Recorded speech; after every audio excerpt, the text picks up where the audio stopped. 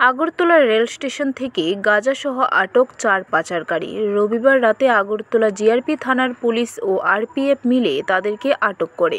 ধৃতরা হলো বিপিন কুমার, গৌতম কুমার, মনীশ কুমার মণ্ডল ও দুর্গা দেবী। তাদের সকলের বাড়ি বিহার রাজ্যে।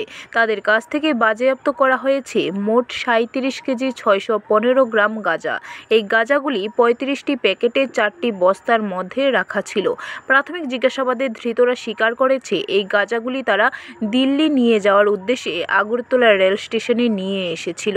ধৃতদের বিরুদ্ধে আগরতলা জিআরপি থানায় এনডিপিএস অ্যাক্টে মামলা রুজু করা হয়েছে।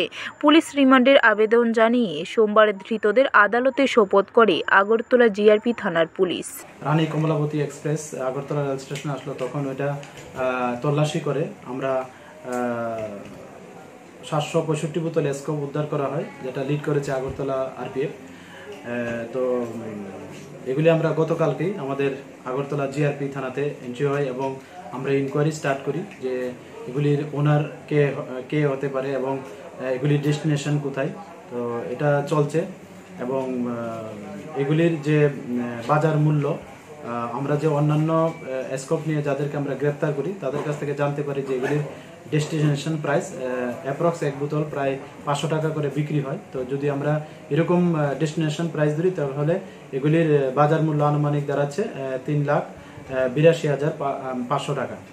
তো আমরা দেখছি এবং যারা এটার সঙ্গে যুক্ত থাকবে আমরা অবশ্যই তাদের আওতায় আনবে।